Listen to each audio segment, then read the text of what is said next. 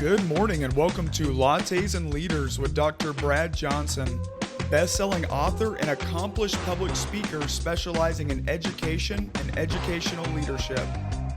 I am your co-host, Jeremy Johnson, organizational psychology consultant specializing in career coaching, training, and development.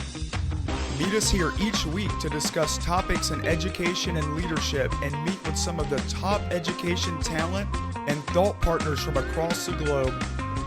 So grab your latte, sit back, and enjoy a relaxed conversation that will leave you informed and encouraged. Good morning and welcome to Lattes and Leaders with Dr. Brad Johnson. This morning we have a very special guest with us. We have Miss Becky Fox. How are you doing this morning? I'm very well, and I'll say good evening to you because I'm sitting here in Thailand and it's evening where I am. Oh, that's right. Yeah, good evening to you and good morning to us, I guess. So Yeah, we're so glad to have you on. So excited to be able to have you share with us today and let us know a little bit about, what it's like in other countries with education. So welcome. pleasure to be here. Thank you.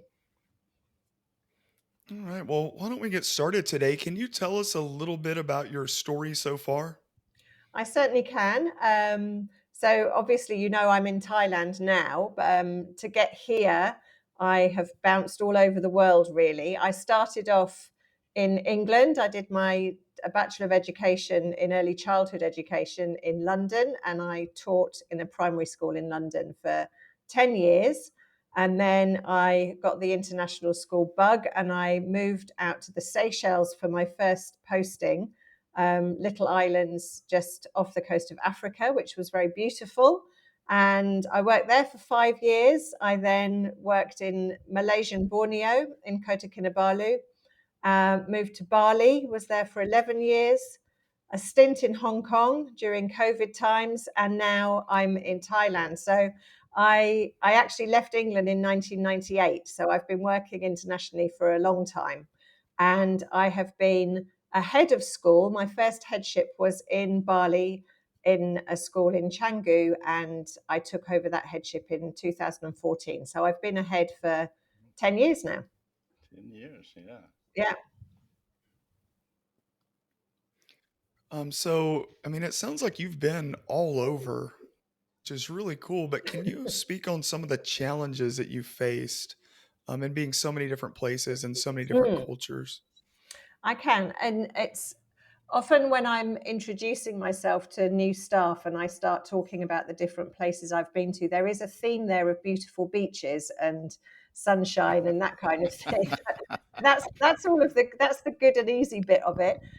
But yes, working in different cultures and with people from different backgrounds and different languages, that can be exciting and interesting, but it can also be very, very challenging. And so that's something that I've sort of developed my interest in over the years, because every country I've worked in has had different cultural differences, and some of those, and that sort of moves into a lot of the work that I do and some of the workshops that I run and the interest that I have in education internationally.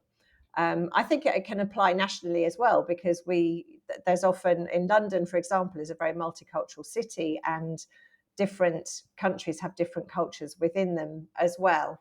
And part of my interest in that is that I'm actually married to an Indonesian man, and so have had to learn about the Indonesian culture and the different ways of doing things there. Um, the the thing that I find really interesting, you've got that, and some people use the iceberg analogy. You've got the top of the iceberg where you've got all the fun bit, so the exciting bit of travel where you can go around and try all the different food, and there's the different festivals and all of those different things that you can see. Different cutlery, often, trying to use chopsticks for the first time is always fun, that kind of thing. So that's all the top of the iceberg stuff. And then there's all of the sort of hidden cultural differences, that those are the bits that sometimes are more challenging, and they're the bits that people find it more difficult to understand. And that's where I sort of try and get that conversation going. So talking about things like in Thailand, for example, social hierarchy is very, very important. And so me as the head teacher, I'm sort of at the top of that pyramid, and the respect for that hierarchy is very important. Whereas in my culture, it's more that sort of servant leadership, it's more distributed leadership, it's more, I'm not better than you, you don't really want there to be that hierarchy. But in order for us to function, I need to respect that my Thai colleagues, that's how their society functions, and so I need to respect that. Another one that communication patterns is often something that's very challenging as well when we're having conversations. Brits can often be much more direct in the way that they communicate and solve problems and use sense of humor and that kind of thing. And again, in Thailand and Indonesia is very similar. It's more sort of going round and round and avoiding a confrontation, and you go round and round before you get to the point. And that can be sometimes very frustrating. So those are some of the challenges that you come up against when you're working in different countries and cultures. And as a head teacher, my responsibility isn't just to talk to the expat teachers that I work with, but also to make sure that the host country people that we work with, our colleagues from Thailand or wherever it is, understand that for example, if I'm being direct, I don't mean to be rude. And so it's helping everyone understand that these cultural differences are there, and that yes, they're different and they can be challenging. But if we have a bit of empathy and perspective with it, then that makes things a lot easier. That's so interesting. Yeah, I had never thought of it that way. That you have to kind of adapt to that culture. If they have respect for hierarchy, and then you don't want to say no, no, no. You want to respect that culture and be a part of it. Mm, But like you said, you still understand the importance of still having empathy and being able mm, to connect with them. That's interesting. That's a good perspective that we haven't heard mm. before. So that's something to really think about too as we travel. Yeah, definitely. And I think it doesn't mean that I change my leadership style, and it doesn't mean that it changes, the way that I do choose to lead in a sort of servant leadership, distributed leadership, building capacity within the team. That doesn't change. And the expatriate teachers that I work with would want that. They don't want a bossy boss and I'm better than you are sort of leader. But if you understand and you can respond to that difference in culture, and you can respond respectfully to that, then that makes sure that there isn't any conflict or misunderstanding within your working environment. That's so true. And I think the key word you're talking about there is just the ability to communicate that with them. One of the Absolutely. things, yeah, because I know sometimes, like if leaders aren't very good at communicating and building relationships, always encourage them, well, communicate that to your staff. Don't just forego the ability to build those relationships, but let them know, hey, this is an area I'm not very good at, Mm, but I want to work on it.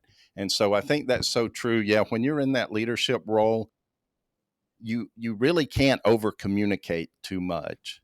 It's just so important to, like you said, yes, there's a hierarchy here, but I'm articulating to you that I'm empathetic, I'm a servant leader, etc. So I think that gives everybody like a certain amount of trust and comfort with you as well, to be able to mm. have that type of communication. Definitely, it always boils down to communication, I think, and making sure that it's open, it's timely, it's effective, that everyone understands it, and that within a conversation about culture, for example, or differences. And I say this a lot at home, and I say, well, it's not wrong, it's just different. when something is done slightly differently. Sometimes at home, I don't actually believe what I'm saying, but because I think, oh my God, that's so wrong. I don't want, but, but but you do have to bring that into the party and say, well, this we all do things differently. Are we all approaching the same problem? Yes. Are we approaching it differently, and do we come to a good solution at the end? Yes, we do. And so, yeah, coming to it saying it's not wrong, it's different, I think is also very helpful. I really do like that perspective, and especially, yeah, like you said, if you're dealing with diverse people, whether it's from other countries coming to work with you or going to another country, is that yeah, it's not that we're it's wrong. It's just different Mm, perspectives and mm, understanding those. That yeah, that's yeah. man, I think everybody could do a better job with that. That's so important. Definitely in this day and age. And I think also within all of that, there's some things I've just been looking at. We're on holiday at the moment, and we'll be doing some induction for the new teachers who might be new to international education, might be new to Thailand, and sharing some information about what it's like to live in Thailand. And actually, the Thai government has a requirement that teachers do a Thai culture and language course when they come to work in this country, which is brilliant because our Thai teaching team lead that. And I was looking at some of the things that they do, and that things that we can learn how to be polite in this country, and some of the differences. But also, I was looking at our dress code and what's appropriate in Thailand is one dress code. What was appropriate in Indonesia was a totally other, definitely more covered up in Indonesia.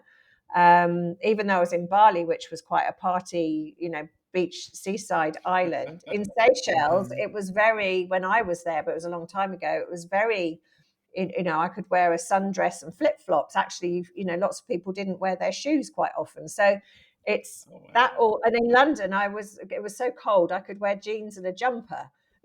And so, but some schools, they require you to wear a tie in England as well. So there's all of those different cultural differences, but they're not something that you have to be respectful to your host country within all of that. I think that's really important as well. Yeah, I do too. And I know we've chatted before, and one of the things we talked about is I was fortunate to go to Southeast Asia a few years ago. And I remember that I was kind of coached up on some of the cultural things like I not point your index finger at someone Mm, that's considered rude. That and when I got there and I noticed when people were talking, their thumb, they would kind of yeah, point with their thumb. And then one of them was never like crossing your legs where the bottom of your foot is showing to someone or something. mhm, That's very disrespectful. So it is mhm, important, I think, when we travel abroad, and I think that's one of the things that we can learn from this, and from you especially, is be aware of that. A lot mm, of times people like want to go to another country, even if it's just to visit, but it's so important, like you said, to be aware of and be sensitive to their mm, cultures and their ways, and be respectful of that. And I think that mm. that's so important. And I love that you your teachers have to kind of take a course to kind of immerse them a little bit into the culture, the language, the dynamics and things like that, because Mm. you really do want to kind of immerse yourself and be a part of that culture. Definitely. And one of the other things that I like about thinking about the way you respond to these differences, because we can't know all of those differences. So when you go to a new Mhm. country, you don't, yes, you can do some research, but you don't necessarily know, don't point with your finger. You don't necessarily know about your feet or whatever. So you've got lots of new things to learn. And being open-minded about those differences, and being open-minded, and bringing some perspective to that, and understanding that yes, there's going to be differences, but I might not know them yet. But just because people are behaving differently, or using a different talk pattern, using a different, working at my last school, I worked with lots of Americans, and The communication style is very, very different often with Americans and British people, who have a very different sense of humor quite often. And so it's, bring understanding that that's different, and listening and learning, and then, right, okay, now I understand it, because you're not always going to know all of these cultural differences, whether they're at the top of the iceberg and you can see them, or deeper. That So you need to bring that sort of competence to it as well. Yeah, that's interesting. And I like your point, even though Americans and British speak English, so to speak, it can still be very different, and, Mm, different things that you have to take from it or learn from it. So yeah, mm, that's a good insight. yeah, definitely. And and if we think about simple things like making a cup of tea, which, I see that on social media. You see how British people make a cup of tea and how American people make a cup of tea is quite different. And if you read comments on social media, people, especially British people, can get quite upset about that. And that's something very silly, but it is a difference in our countries even. Yeah. Yeah. So we've spoken to a few different educational leaders now, and one of the recurring themes that we keep hearing about is the importance of building community in schools and even out, into the outside community. So how have you gone about that within different cultures? Mm. It's making sure that we connect within our school community first, and recognizing that, okay, we might be an English language of instruction school, we're an international school, let's not forget that word international, and we have families Mhm. from all over the world coming to our school. And it's very easy to fall into the trap of, if you have a parent teacher association, for example, that can become very Anglo-centric, with the Mhm. families who speak English dominating. Or if you have, community groups, you need to remember that you've got families from Brazil, you've got families from China, you've got families from all over the place. So trying to make sure that just within the school community itself, you include everyone. And then reaching out into the wider community. And in every school I've worked with, actually, we get the students to connect through the curriculum, as much as possible, to take part in authentic action with the NGOs in the community. So here we have some really good sort of charitable organizations, but it's not about having a bake sale and raising money and giving money to something, but getting the kids really involved in it. There's one Mhm. super one called Scholars of Sustenance, SOS, and they look at tackling food waste and making sure that any food that is not being used in restaurants or that kind of thing. They work with hotels to use any unused but still edible food and sharing that within the local community. And so that kind of connection that the students can make, but then bringing it down to, well, what can I do personally about that in terms of food waste, and making sure that there's enough for everyone to eat. So it brings it back into the curriculum as well. So it's those kinds of things, to make connections within the community. Yeah. So earlier you mentioned the role of empathy in, just being effective at doing what you do. Are there other personal qualities that you think make a great educational leader? I think the first and foremost, and you've mentioned it already, is communication and building relationships. Mhm. And for me, I think that one of the qualities that I bring and value in myself, but also in my team, is that communication and making sure that you get to know people and making those personal connections, so you really do know who you're working with. And I think that that's a really important quality. So you're a listening leader, you're a communicating leader, you're connecting with the people that you're working with, and that's the students and the teachers, but also the parents as well. It goes back to the question you were saying before, get to know all of these different people. And I think that once you all know each other, then, and you've made those connections, then you can go through whatever storm is coming or plain sailing that's coming. You can celebrate together. So I think that's something that's really important.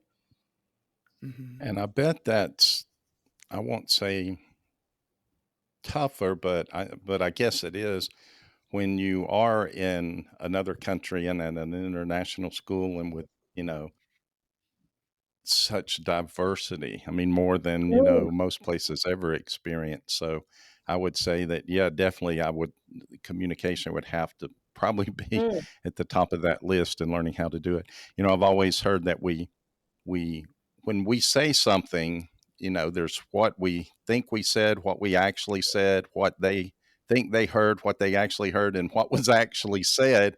And so there's so much going on there that, you know, it's a wonder we ever communicate anything at all. So Absolutely. I would imagine that that's something you've really had to work on over the years and, you know, be Yes. cognizant of.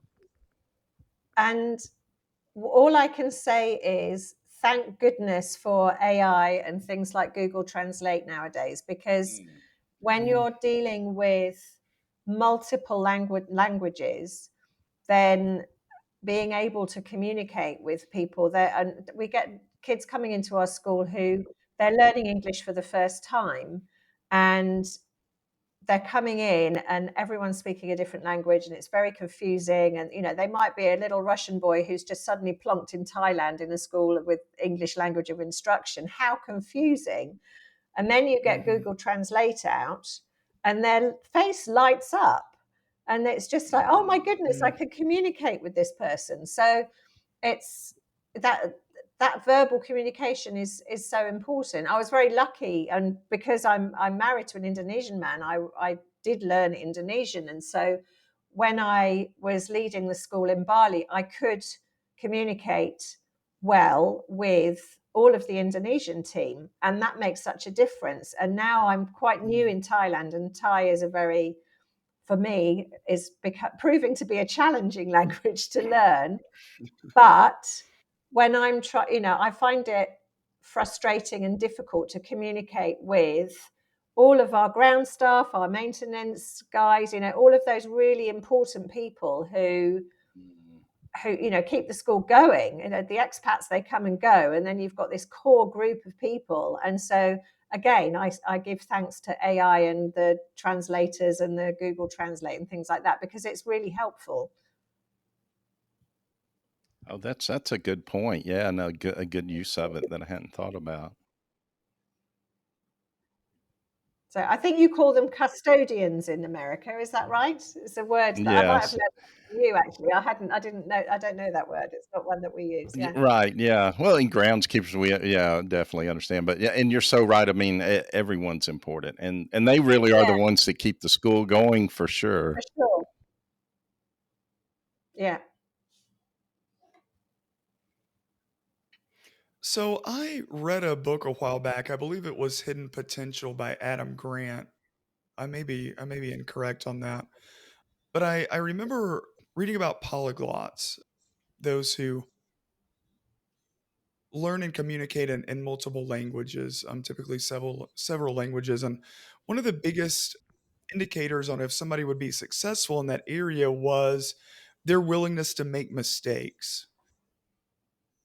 And we often hear that success is correlated to the number of failures someone has. So it takes a lot of humility. So what type of role do you think humility plays in becoming integrated into other cultures? Goodness, that's a deep question. The humility that it takes to become integrated.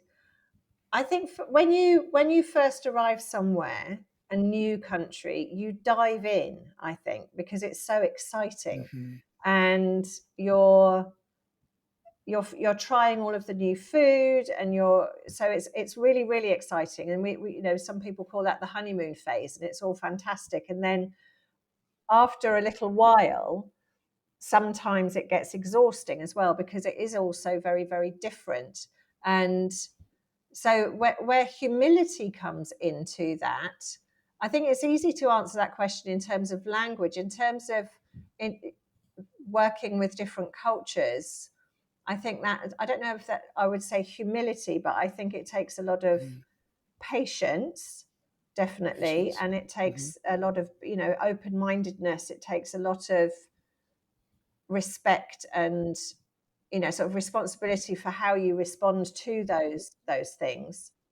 But to go back to the point that you made about the polyglots, learning another language, it's the way I see it is, you do, when you're a child, you don't care and you dive in and you go for it, and it doesn't matter, because they all know how to learn from mistakes anyway.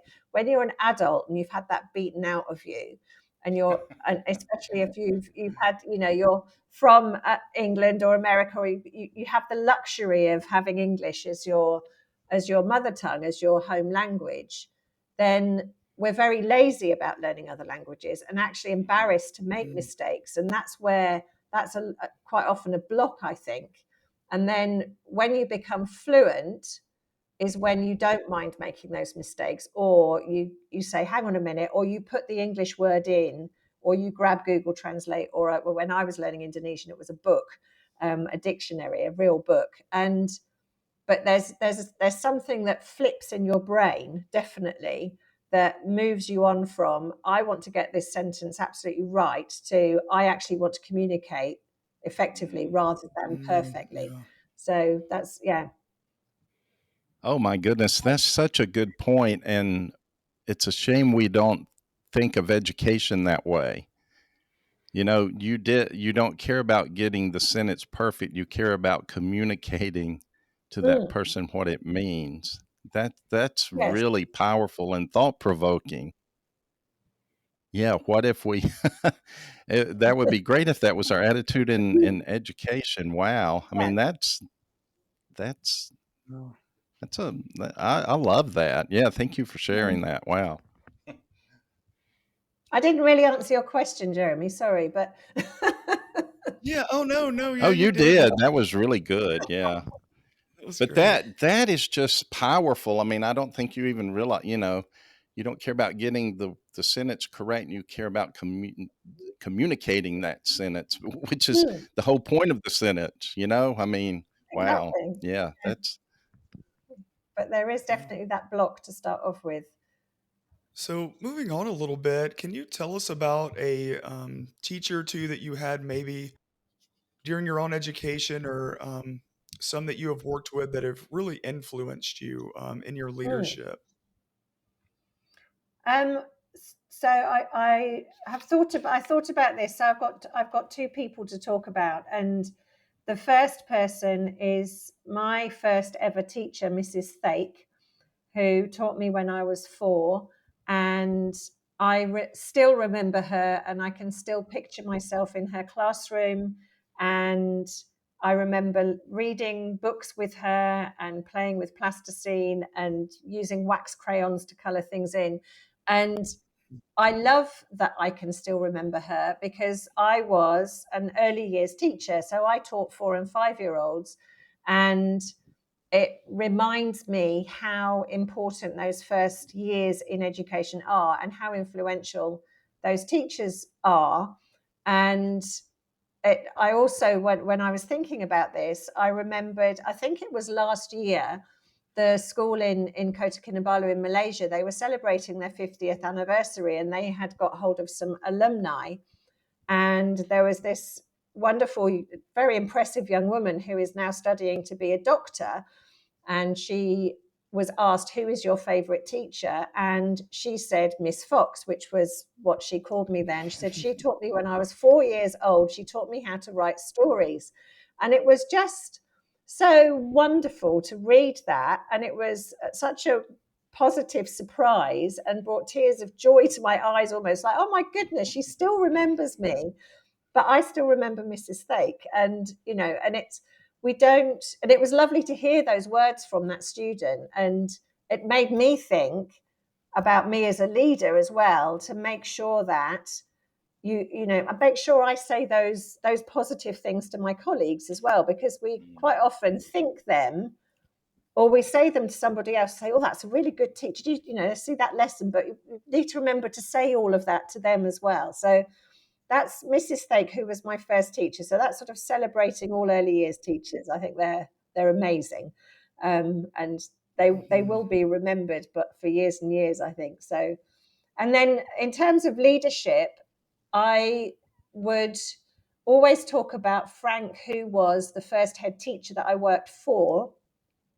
And I didn't realize until I became a head teacher what an amazing head he was, in that he really grew a whole team of leaders. So when the people I was working with in that school, many of them have gone on to be head teachers now in super schools. And he really let us grow and develop and try things out in the classroom. And he really was somebody who, he took me from university. I just finished, and poured a bit of water on, and then just sort of let me grow with an amazing team of people. But he was very inspirational. Yeah. Wow, yeah, that's huge that he had so many teachers that, went on to do so much more. Mm, That's really amazing. We talk a lot about the importance of mentorship, but I feel like it, kind of gets put on the burner sometimes. So that's really amazing. That's great. And a lot of leaders that we have spoken to so far have, talked about the importance of their mentors. So mm, it's really good, and something as educational leaders, we need to keep in our heads, the importance of that and raising up the next generation. mm. So that's great.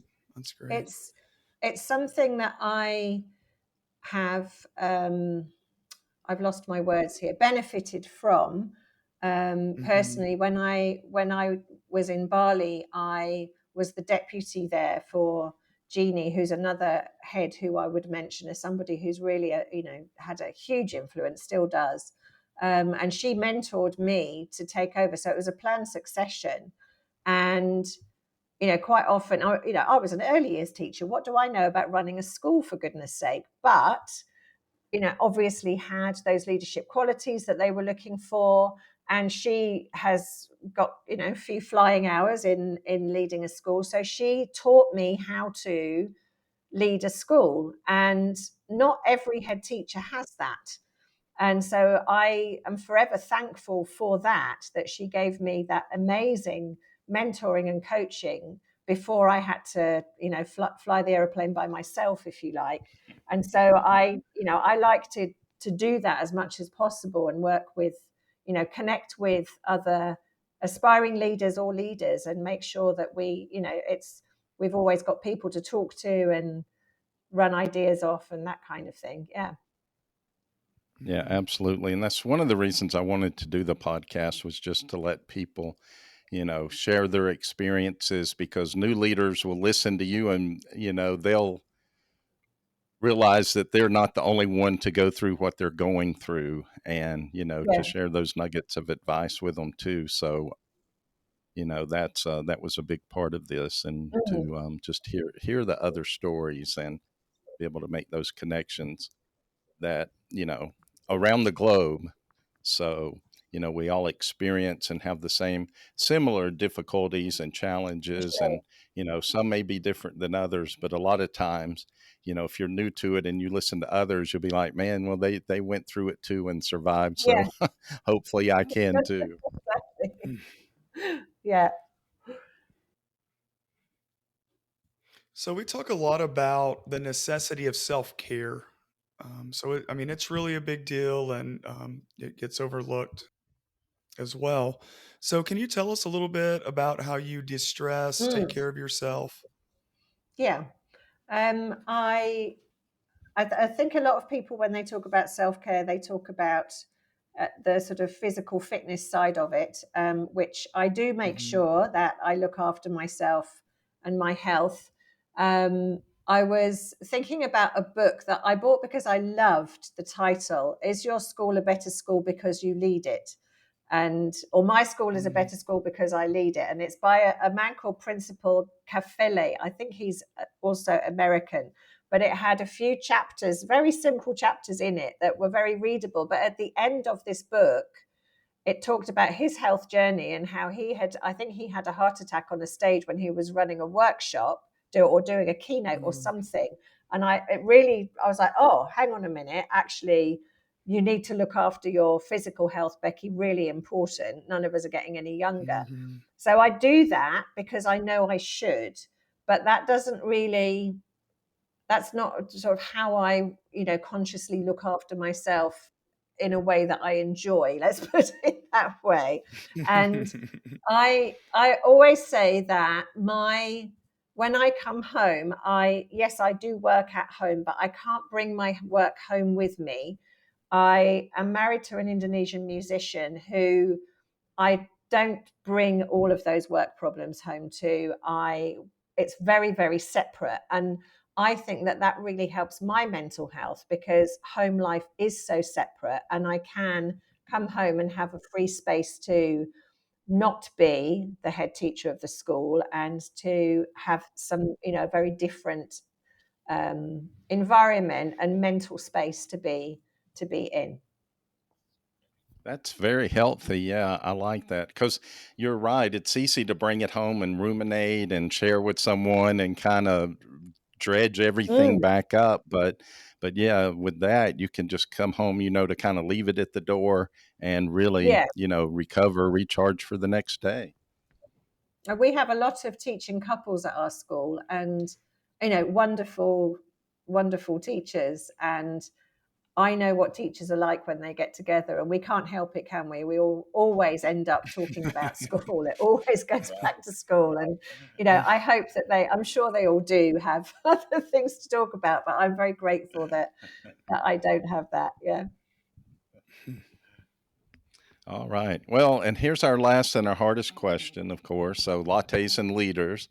So, what is your hot beverage of choice? Is it coffee, latte, Mm. cappuccino, or is there something else that you've discovered in your travels that you like better? No, I'm very traditional. So it depends on the time of day that you're asking me that question. So this afternoon, I did have a cup of tea, of course, because I'm British. It was tea bags that I bring over from England because the tea bags here aren't good enough. That's my afternoon drink. In the morning, I like a cup of coffee, an Americano with some cold milk in, but no sugar. I find a latte a little bit too milky. Yeah. So what is your brand of tea that you bring with you?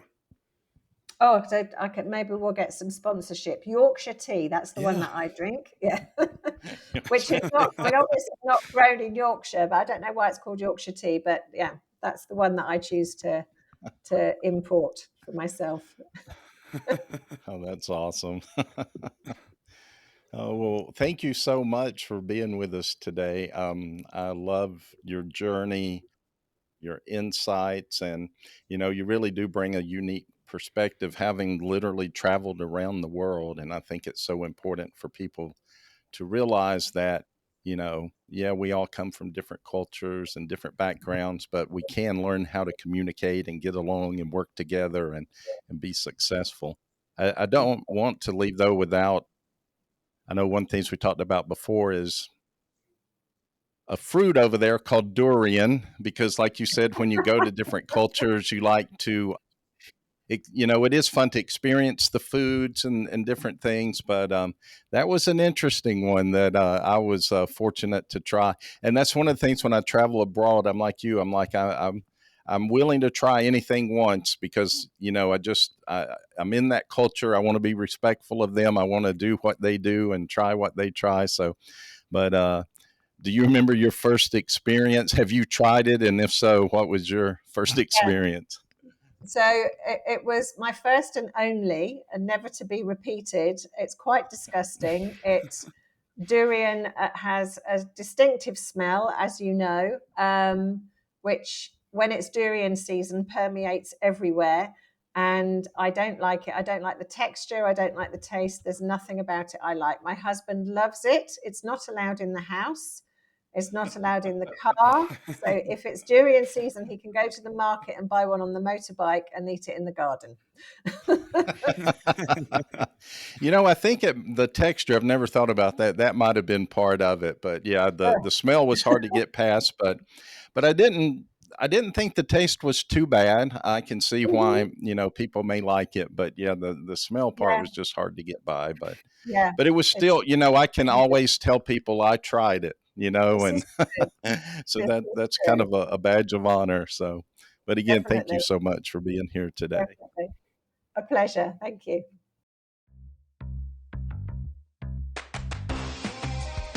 This has been Lattes and Leaders with Dr. Brad Johnson.